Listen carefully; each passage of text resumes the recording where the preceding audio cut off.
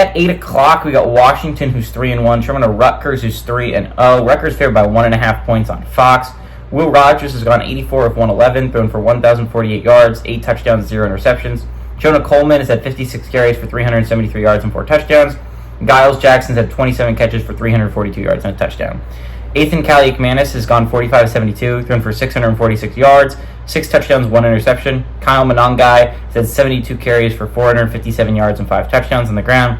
And Dymere Miller's had 13 catches for 212 yards and a touchdown. Washington's 2-0 against Rutgers all time in 2016 and 2017. Closest game was 16 points, and Washington is 1-0 at Rutgers. Rutgers is an interesting football team, right? Because there's not a lot of these left standing. There's 2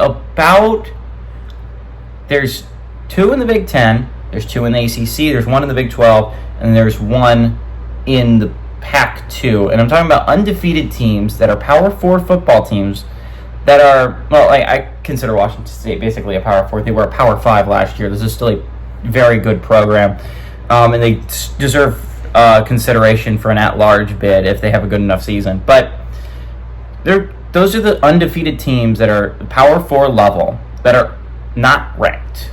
And I think it's really interesting. Rutgers is a really good team. I think it's easy to say this, but once you get into week 5 and you're undefeated, that's not a fluke, typically. You are at least a solid team, and you should be at least receiving consideration for that top 25 spot.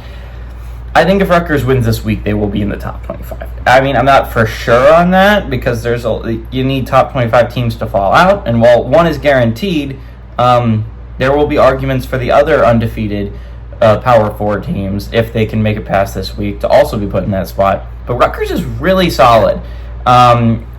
They got their first test against Virginia Tech, right? They were 2-0, but they'd beaten Monmouth and Akron, and those aren't really two good football teams.